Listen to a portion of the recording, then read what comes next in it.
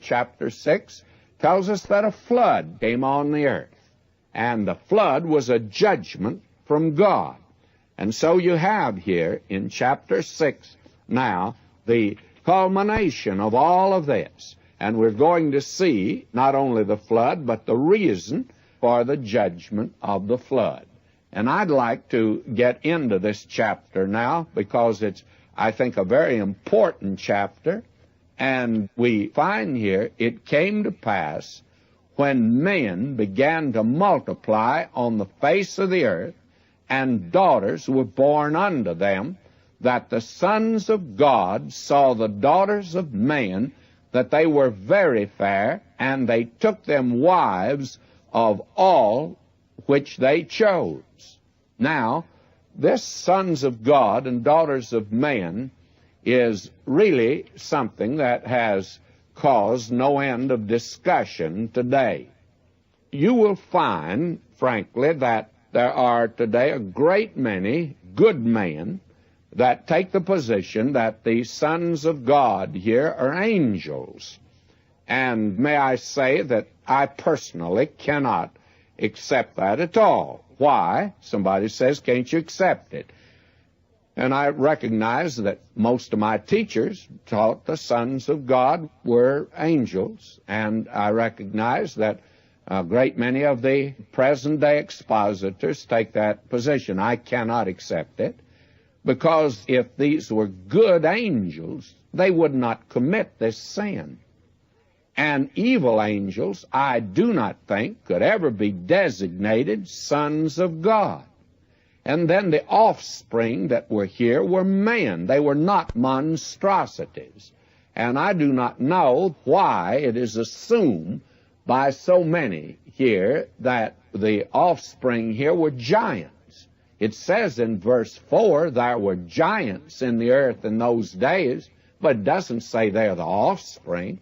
It does say this about the offspring. It says, and also after that, when the sons of God came in unto the daughters of man, and they bare children to them, the same became mighty men, which were of old men of renown. Now, these were not monstrosities, they were men. I've been reading the argument of one man. He says, well, they were giants and they were monstrosities. No, the record here makes it very clear that the giants were in the earth before this took place. And it simply means these were outstanding individuals. You know, humanity, friends, has a tremendous capacity. Man is fearfully and wonderfully made. And that's a great truth we've lost sight of. This idea today that man has come up from some protoplasm out of a garbage can or seaweed, it's utterly preposterous. And probably it's the belief now of some scientists that evolution will be repudiated. And some folk are going to look ridiculous at that time. May I say to you that it's nothing in the world but a theory as far as science is concerned. Nothing has been conclusive about it. It is a philosophy like any other philosophy, and it can be accepted or rejected. And when it's accepted, it certainly leads to some very crazy solutions to the problems of the world, and it's gotten us into trouble throughout the world. Anyone would think that we are the white knight riding through the world straightening out wrongs. We are wrong on the inside ourselves. I don't know why that in this country today that we have a intelligentsia in our colleges and in our government and in our news media today and in the military that think they're super, that somehow or another they have arrived. May I say to you, that is the delusion of the hour, that men think that they're greater than they really are. Man is suffering from a fall, an awful fall. He's totally depraved today.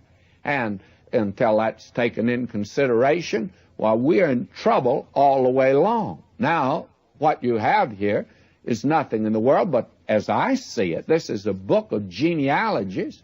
It's a book of the families. The sons of God are the godly line that have come down now from Adam through Seth.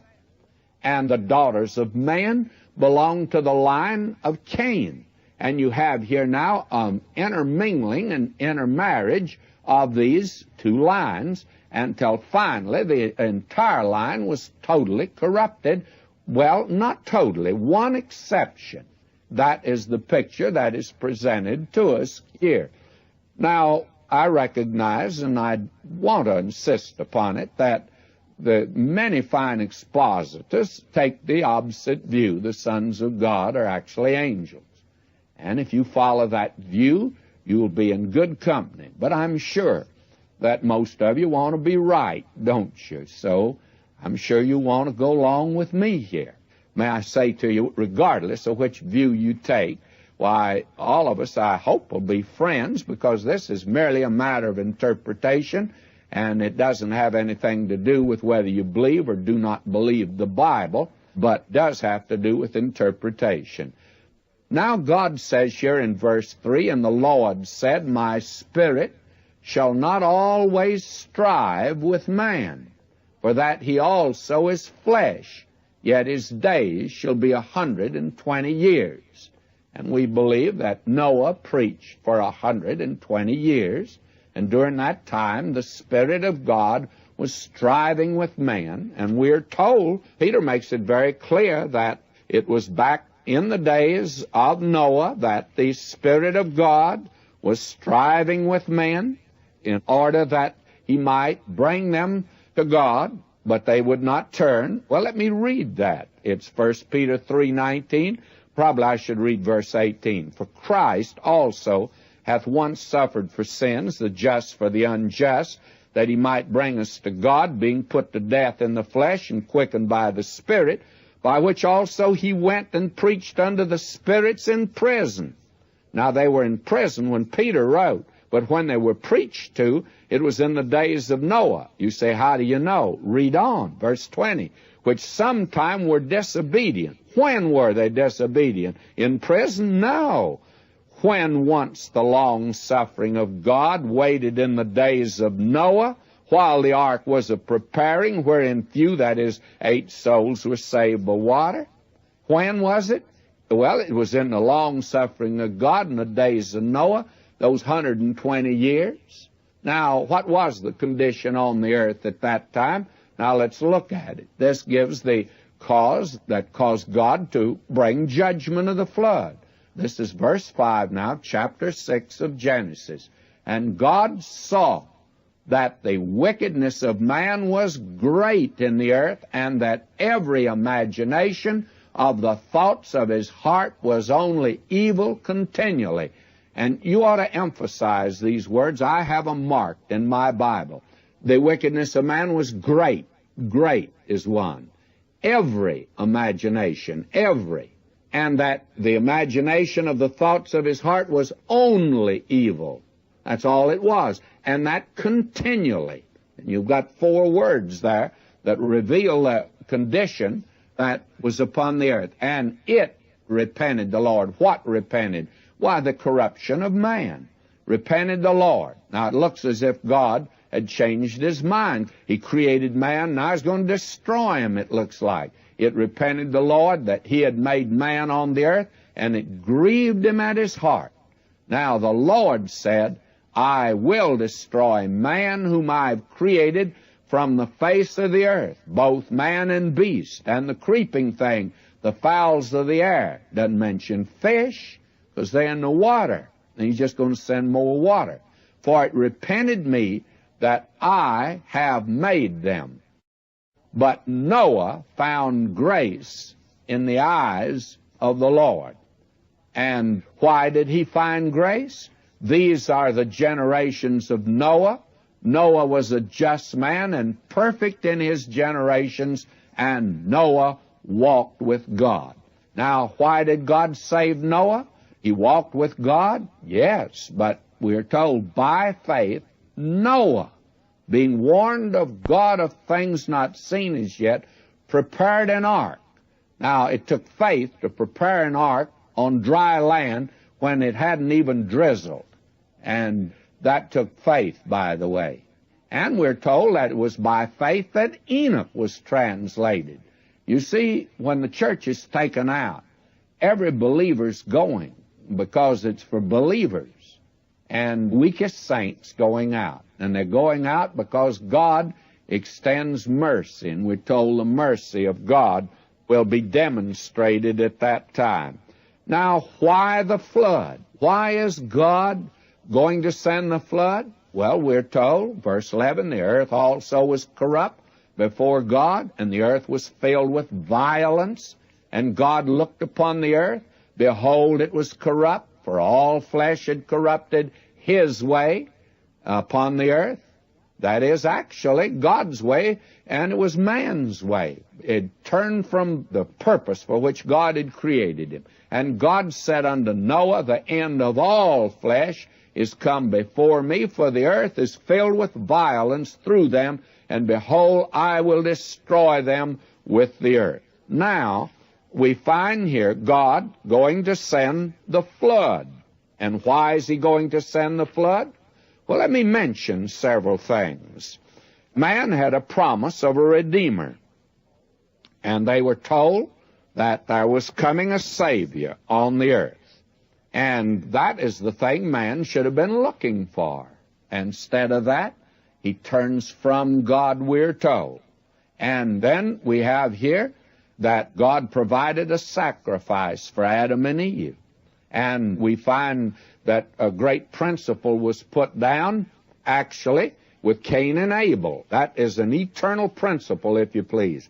Here are these two boys, and Cain and Abel will stand as the representatives of two great systems, two classes of people, the lost and the saved, the self-righteous and the broken-spirited, the formal professor and the genuine believer. That's what you have in these two, and that's what the human race had at this time.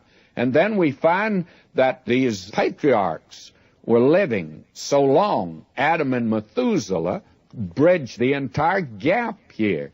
And may I say to you, they could give, certainly, a revelation to all mankind, which they did.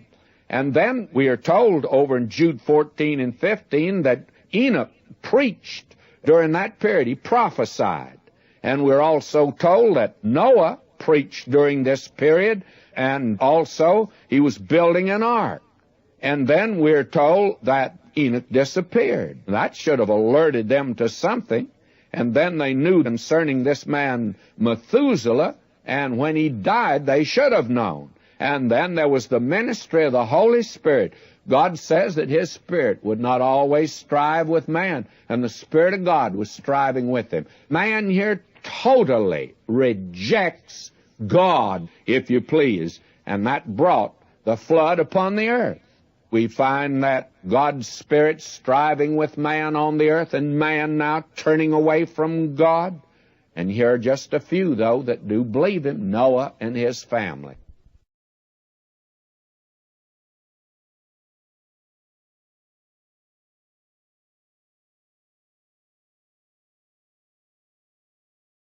And friends, we come today to the flood. Now, the entire human family had turned from God. There's none righteous, no, not one. But here was one man who walked with God. He believed God. Here's a man still trusted God. By faith, Noah. Here's a man who was willing to risk building a boat on dry land, and if the rains didn't come, he certainly would be the laughing stock of the community. I think he was for 120 years. He believed God. Now, there is a striking contrast between the fact that the days of Noah to be duplicated before the Lord comes again to the earth. And that's for his, not rapture, but coming to the earth to establish his kingdom. But there's some remarkable parallels that have already taken place. For instance, the way this chapter opened, it came to pass when men began to multiply on the face of the earth, daughters born unto them. There was this tremendous population increase, and man had spread by that time pretty much over the earth. He was in North America, he was here, he was in Asia, in Europe, and in Africa. He'd spread in every direction. And today, we have this tremendous population explosion, and men again will increase on the face of the earth. And then there is the fact that during the Great Tribulation period, the Holy Spirit will no longer restrain evil. Now, He'll still be there to convert men, but He'll not be restraining evil on the earth. We're told very definitely. And God's overtures to men will be despised and rejected, and certainly they are today. Isn't it amazing that the only ones that are listened to today are the liberal Protestant ministers and the Roman Catholic? You hear nothing today of conservative men. Now, they've attempted to make some sort of an inroad, but they've had several conventions, and they're trying their best to get back in the mainstream. But we've come to the day that if you're going to stand for God, you're going to find out that you will not be able to talk before a TV camera very often. You've got to learn to protest and march and deny everything before that. Now, may I say to you, of course, the world in that day will be faced with the great problem of the rapture. There have been a great number of people that have left the earth. And may I say also, there were judgments in that day, and yet they did not heed them. That was the warning that God had given.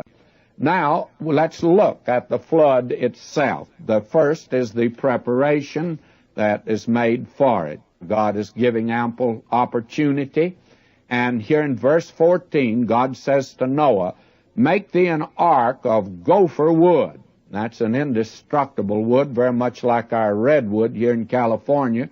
"Room shalt thou make in it," in the ark. And the word for rooms has the idea of nests. Now, the elephant would need a room, but may I say to you that the mole wouldn't need quite that much room. They could just give him a little dirt in the corner, and that's all that he would need. And we're told, "And he shall pitch it within and without with pitch." That is, it was to be made waterproof. Now, here were the instructions, "And this is the fashion which thou shalt make of it. The length of the ark shall be 300 cubits, the breadth of it 50 cubits, the height of it 30 cubits. The impression that most people have of the ark is the impression they were given by the little Sunday school card. It looked like a houseboat, and it was, to me, a very ridiculous sort of a travesty. It was a caricature of the ark instead of picturing it like it actually was. To begin with, may I say to you that the instructions for the building of the ark reveal that it was quite a sizable sort of an ark. "Thou shalt make the ark and finish it, and it shall be 300 cubits. Now, if a cubit is 18 inches, that ought to give you some conception of how long this ark was. Now, the question arises, how could they make it substantial in that day? Well, friends, you're not dealing with caveman. You're dealing with a very intelligent man. Noah was an intelligent man. You see, the intelligence that the race has today came right through that man, and he happened to be a very intelligent man. Now, he's not making an ocean-going boat to withstand 50-foot waves. All he's doing is to have just a place for life, animal life, and man to stay over quite a period of time, by the way, but not to go through a storm, actually, just to wait out the flood. That was all. And for that reason, it might lack a great deal, and it did not have to be built as an ocean-going boat, would give it a great deal more room. So 300 cubits, and if a cubit is 18 inches, that's 450 feet long. That's a pretty long boat, by the way. But the relative measurement is the thing that interests me, and you put this down by, for instance, the New Mexico, one of our battleships some time ago, but it was built 624 feet long, 106 1/4 feet wide, and the 29 1/2 the mean draft.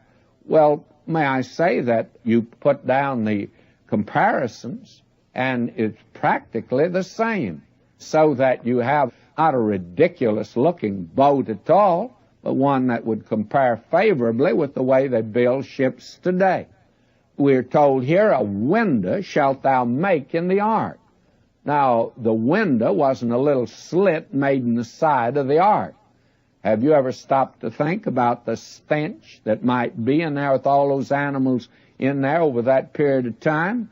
Well, a window shalt thou make in the ark, and the window went all the way around, and in a cubit shalt thou finish it above. Now, from a cubit, from the top of the ark, from the roof, and the roof must have overlapped there quite a bit, and underneath there was a cubit, 18 inches, that went all the way around the ark. Now, that's the way they ventilate a gymnasium today. I noticed it at the State Fair at Dallas. The building in which the animals are have that window that goes all the way around at the top. And may I say, with all the animals they had at the State Fair in Dallas, Texas, it wasn't a bad place to be. People were sitting in there eating their meals and sleeping there. Very comfortable. And the odor was not bad. I've heard that poor Noah had to stick his head out this little window to live. Well, that's ridiculous. We're not looking at that type of a thing. That's man's imagination. It's not what the record says here at all. And friends, quit reading Sunday school cards. The pictures that were given to me when I was a kid, I've had to unlearn practically all of them. And that little ridiculous boat, I wish we could get rid of it. Now we're told, and the door of the ark, now it only had one door though, and that's important. Christ said he was the way. I'm the door to the sheepfold, by the way, and he's the door to the ark. And the door of the ark shalt thou set in the side thereof, with lower, second, and third stories shalt thou make it. Now, it was 3 decks here, you see, and then I take it one on top, or one on the bottom, maybe. That would make 4 decks. And was there a door for each one? I personally have not come to any conclusion here. I'm rather of the opinion there was only one, and not one for each floor. But that, frankly, again, is beside the point. Now, God says, and behold, I, even I, do bring a flood of waters upon the earth to destroy all flesh, wherein is the breath of life from under heaven, and everything that is in the earth shall die. Now, God is bringing the judgment upon the earth, upon animal and bird and man. But with thee, God says, will I establish my covenant. And thou shalt come into the ark, thou and thy sons, and thy wife, and thy sons' wives with thee. And of every living thing of all flesh, 2 of every sort, shalt thou bring into the ark, to keep them alive with thee. They shall be male and female, of fowls after their kind, the cattle after their kind. And again, you must understand, by this time, 1 cow would represent the entire cow family, the Holsteins and the Jerseys and the Guernseys and all the others. And then every creeping thing of the earth after his kind, 2 of every sort shall come unto thee to keep them alive. Now that is something else that we need to pay attention to. It's repeated again in the next chapter, that Noah wasn't a frank buck who went out and bring them back alive. He wasn't a big game hunter. He didn't have to go after these animals. They came to him. We're told that. And we'll see in the next chapter they did come to him. They'll come to you. Now, why would they? Animals in danger will do that. I remember the first time that we went into Yosemite Valley when our daughter was just a little thing, and she'd never seen snow before. And we put her down in the snow, and she began to whimper, but she quit when she looked over and saw a little deer. Well, actually, I believe we could have gone over and petted that little deer, but we didn't try it because I knew something about the danger of them turning on you and being able to kick and kill an individual, so we didn't approach them any closer. But I mentioned that to the ranger. He laughed. He said, yes, there's snow up in the high Sierras right now. And when there's snow up there and there's danger, they come down here and as tame as any animal could possibly be. But the minute that the snows melt and it becomes spring, he says they spring out of this area, and you couldn't get in a country mile of any of them. Why? Well, because when an animal is in danger, he'll come. That at the time of the flood, I don't think Noah had any problem at all. I think they all came to him. Now in verse 21, take thou unto thee of all food that is eaten, and thou shalt gather it to thee, and it shall be for food for thee and for them. And now he's to do something very practical. It took a lot of hay in the ark to feed these animals. Thus did Noah, according to all that God commanded him, so did he. Now somebody's going to say, but some of those animals ate meat. They'd eat each other. I don't think so. You say, why? Well, up to the time of the flood, apparently both man and animals were not flesh-eating. They just didn't eat flesh. No carnivorous animals, I assume. We are told of a day in the millennium when the lion and the lamb will lie down together, and the lion's going to eat straw like an ox. And that could certainly come. That probably was the original state of the animal.